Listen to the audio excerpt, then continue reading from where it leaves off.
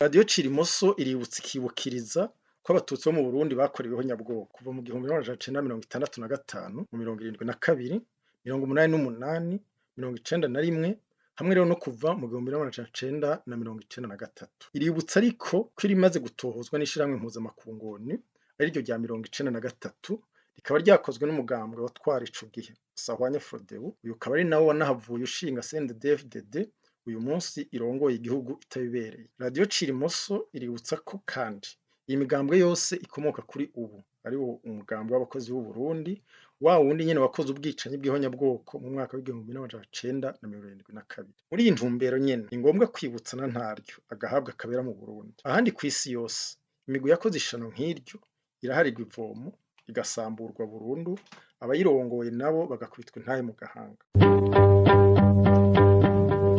Oko babarakora babaza nyabura kotonekara kotarabaza orero muramwumva yari nyina ngo yawewe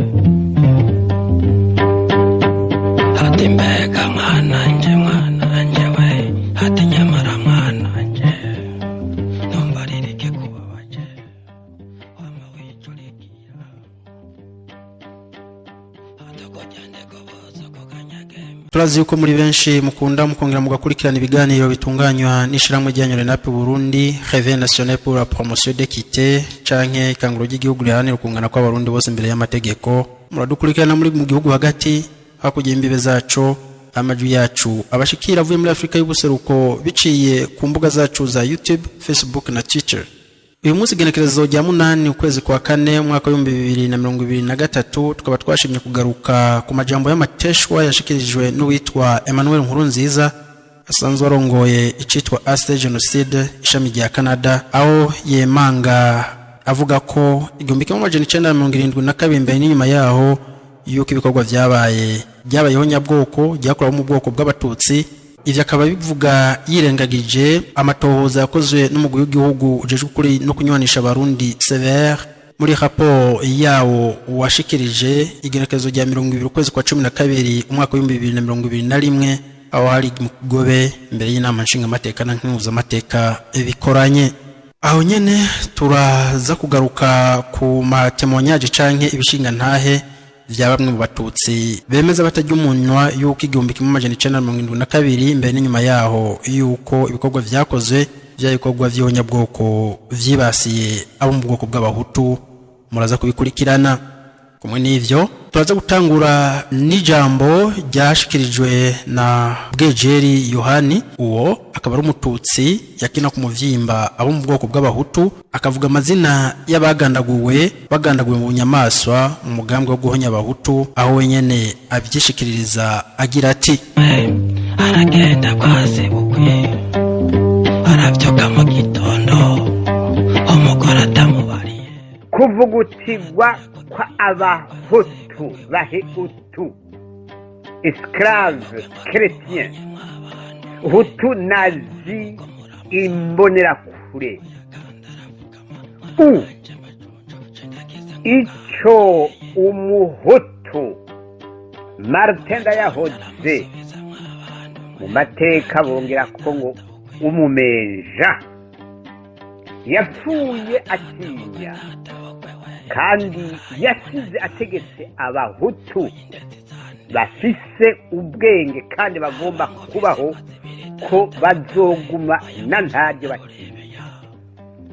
Ico umuhutu umumenja Nyangoma Gerve yapfuye atinya kandi yasize ategetse abahutu bagomba kubaho ngo na ntaryo baje baguma bagitinya. Ico umuhutu Ndadaye umumenja yatinya kandi yarenzeko kandi yagize. Ico Dorufo umuhutu umumenja yatinya kandi yarenzeko kandi yagize. Ico umuhutu yiyita inkona yamaho imbonerakure yamaho Peter umumenja yatinya kandi yarenzeko kandi yagize. Ico umuhutu yitwa neva umumenja yarenze ko kandi agiye kuzira icyo umuhutu yitwa ndakugarika umumenja atinya kandi yarenze ko kandi agiye kuzira. nibaza yuko Emmanuel Nkurunziza yatahuye yuko 1972 imbere n'inyuma yaho yuko ibikorwa vyakozwe byariho nyabwoko byakorewe abo mu bwoko bw'abahutu nk'uko Bwejeri ahejeje kudondagura amazina y'abagandaguwe bunyamaswa. Bwejeri tukaba tuzi neza yuko asunze imyaka kuri niyo uwo bita Emmanuel Nkurunziza. So gusa akaba ariho uwo bita Innocent Muhozi akaba ari umumenyesha makuru wa Tele Renaissance inararibonye mu vy'akahise ku Burundi uko yabitohoje ko nk'umumenyesha makuru akaba tugira ku muriri abagiye barondegwa ingene bishwe ndetse akaduha n'uburorero bw'abashoboye kugandagurwa muri iryo honyabwoko ye muri rakoregwa abo mu bwoko bw'abahutu. Amezi hafi 3 ko byaheze mu kwezi kw'indwi kwabaye guhiga zina muhutu wese yize cankwe yitwa ko afise kuva mu ministre aba officier abasirikare basanzwe aba cadre ba leta abarimu abanyeshuri mu universite abanyeshuri mu mashuri yisumbuye amwe umwana w'umuhutu wese yitwa ko yize yarahizwe aricwa. Abatashoboye kunyaga amagara ngo bahungire mu bihugu bindi ni bake cyane basigaye. Ayo mezi 3 yabaye amezi y'ikibi kitagira izina cakorewe umuntu yitwa ko ari umuhutu yize mu Burundi nabandi basanzwe barishwe. Uwo akaba ari n'umututsi avuguruza ayo mateshwa ya Emmanuel Nkurunziza. So gusa hakaba ariho n'uyundi atubwira ingene vyagenze 1972 imbere n'inyuma yaho. Uwo nawe se uyundi akaba ari wahoze ari umumenyesha makuru kuri Radio RPA ndetse akaba yaranayirongoye. Uwo nawe akaba atari uyundi akaba ari Alexis Nduhije yashoye no gushinga umugambwe uzwi ku izina rya MSD ariko ubutacemewe n'amategeko uza warafuswe. Akaba yemanga ko 1972 imbere n'inyuma yaho yuko ibikorwa vyabaye vyose byariho nyabwoko byakorewe abo mu bwoko bw'abahutu, aho ndetse yongera akavuga ati n'ubukene igihugu coba kirimwo yuko bwoba bufise intandaro kuri iryo nyabwoko byakorewe incabwenge z'abahutu mu mwaka wa 1972. Mutega amatwi mu mwumvirize.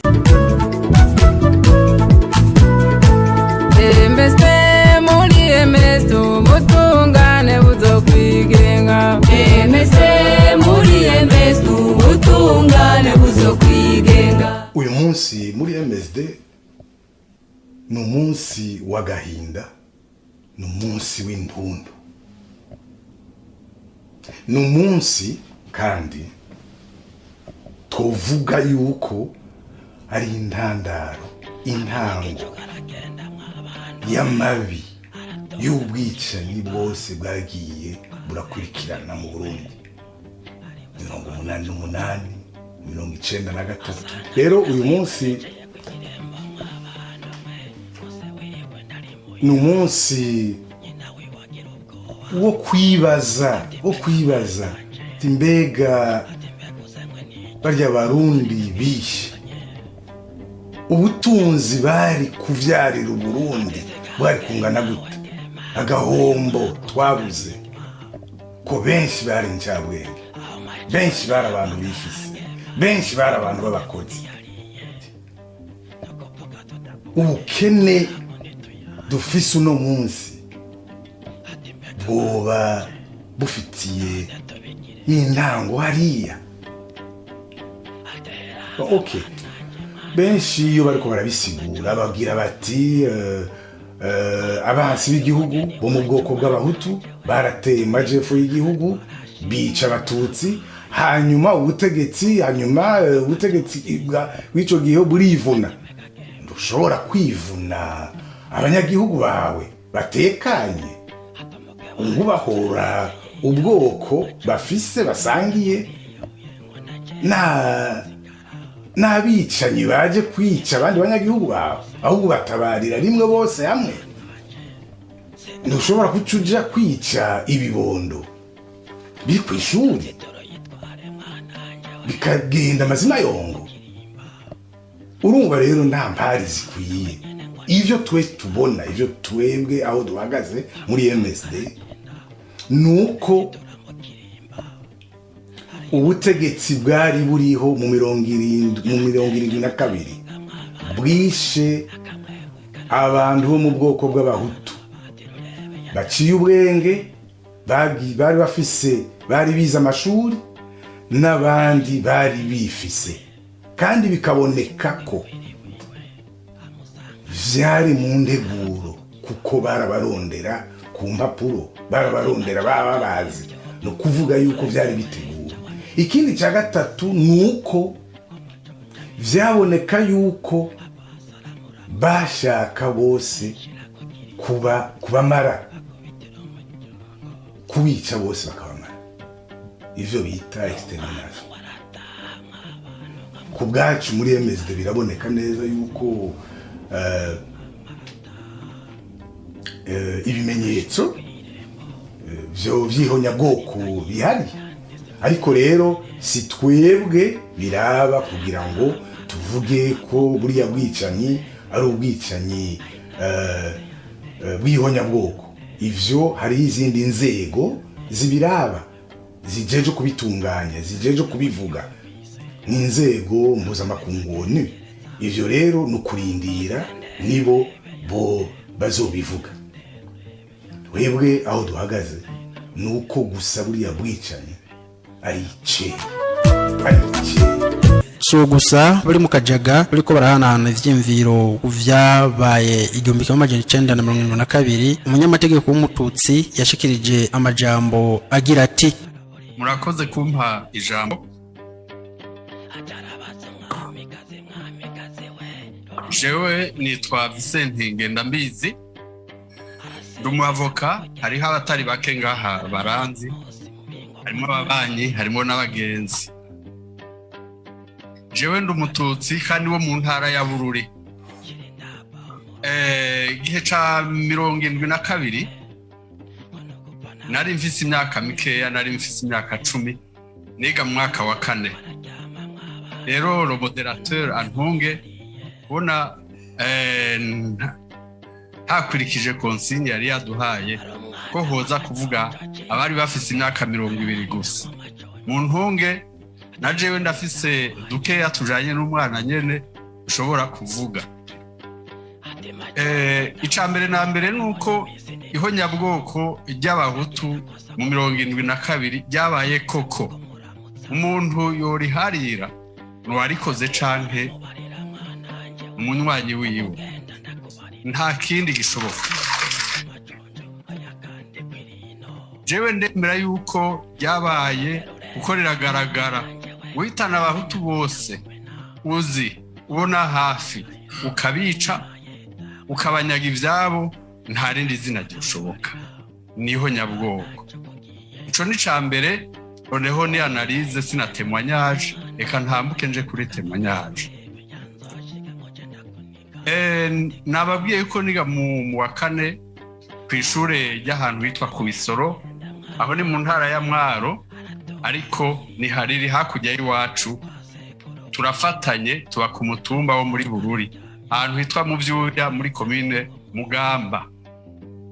Niho nyabwoko ryarabaye kuko narabonye umunsi umwe dutashe tuvuye ku ishuri, twasanze bariko barasambura abantu bakuze, bariko basambura urugo rw'umuntu w'umuhutu, kandi impande yiwe hariho ubw'umututsi ntibarukozeko.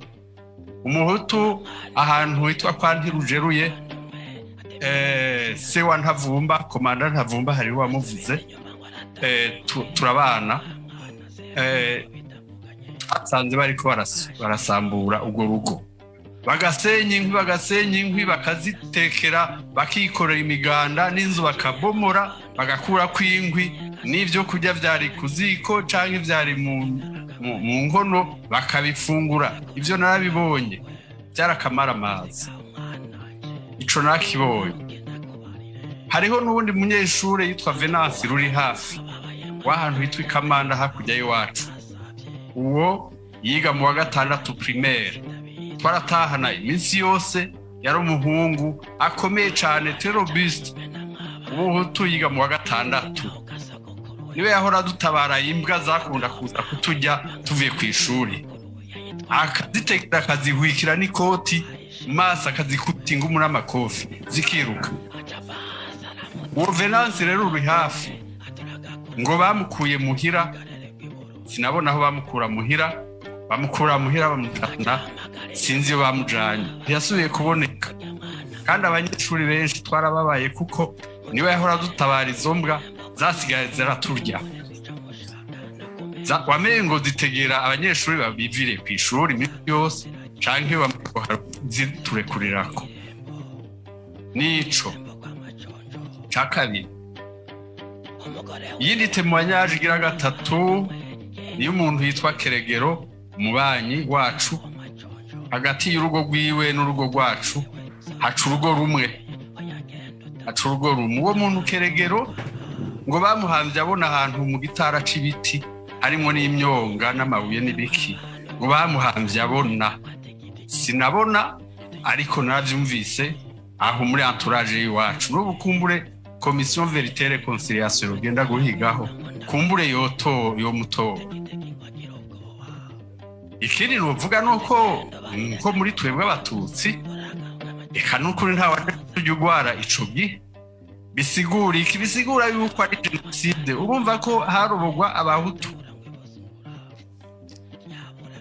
akindi kintu jewe nabonye ico gihe ikindi nagiye nza ndumva ni nk'imvyino abantu baja baravuga narumvisemwo yuko ari mu igitero bavuga ngo bicomero ganza mu Burundi hari mu igitero bakavuga umugabo wa Mugamba warakoreye umugambwe kubera iki abahutu bicishwa imigano sinabonye babica ariko niko vyari bimeze birazwi navyumvise ivyo nivyo noshobora kuvuga ibindi vyoshobora kuba nk'amanariza twibaza ko Emmanuel Nkurunziza ashoboye gutahura yuko ivyo yashikirije ari binyoma gusa n'abavyumvise yuko ahubwo bamuseka kuko nta kuntu ushobora guhisha ukuri 1972 ntabwo ari kure cyane abarundi batari bake baracahari babibayemwo nibo batanga ibishinga ntahe vy'ivyo babonye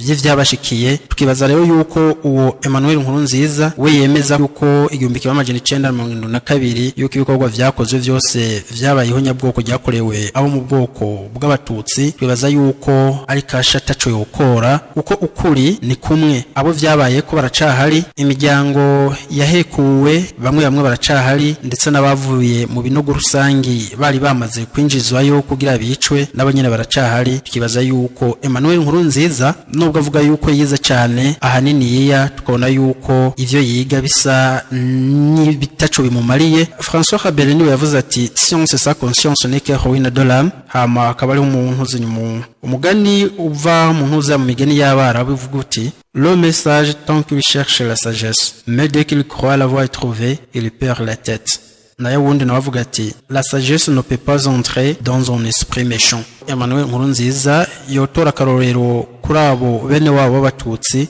bemeza ko 1972 imbere n'inyuma yaho yuko ibikorwa vyakozwe vyose byariho nyabwoko ryakorewe abo mu bwoko bw'abahutu bikoze ku ntwaro ya Micombero Bagaza na Pierre Buyoya ivyo byose akabataho hashobora kubicikira ndetse n'izindi temoignage canke ibishinga ntahe bishikirizwa n'abarundi isinzi babibayemwo babibonye ingene vyagenze ndetse bamwe vyabagize ko n'ingaruka kuko ukuri ni kumwe ntashobora kugucikira ni icaratekereze arindire nyabuna leta nibangutse isinyitegeko kuri rapport d'étape yamaze gutangwa n'umugwi severe imbere y'inama nshinga amateka n'inkuza amateka bikoranye kugira abakozi ihonyabwoko batanguye gukurikiranwa ndetse bashikirize n'icegeranyo ishiramwe impuzamakunguni iryo shiramwe naryo nyene rishoboye kugira ibikorwa bikurikira kugira ryemeze ku mugaragaro ku rwego mpuzamakungu yuko mu Burundi umwaka w'igihumbi kimwe amajana icenda na mirongo irindwi na kabiri habayeho nyabwoko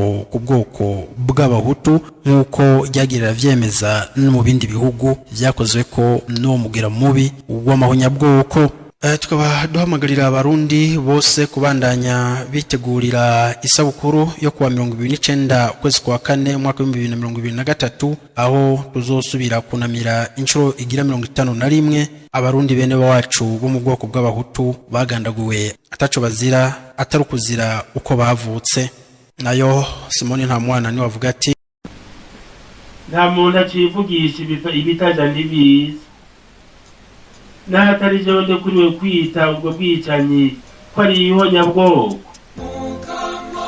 Nitujijuke dusabire hamwe bene kubigirira uburenganzira baha izina ryabwo.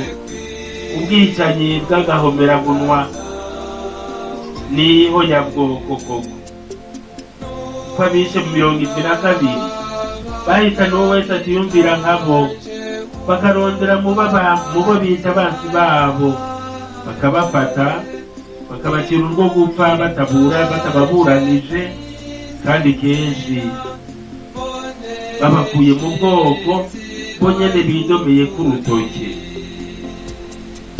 Neno kuri ayo majambo nyene jya Musenyeri Simoni Ntamwana durangirije ikiganiro cacu cyo kuri wa 8 ukwezi kwa 4 2023. Bakeneye kutwandikira cyangwa guterera ibiganiro mashobora guca kuri address email yacu renapeburundi@gmail.com. Mugire ibihe vyiza mubandanye muryoherwa n'ibiganiro RENAPE-BURUNDI bandanya kubashikiriza naho ubutaha.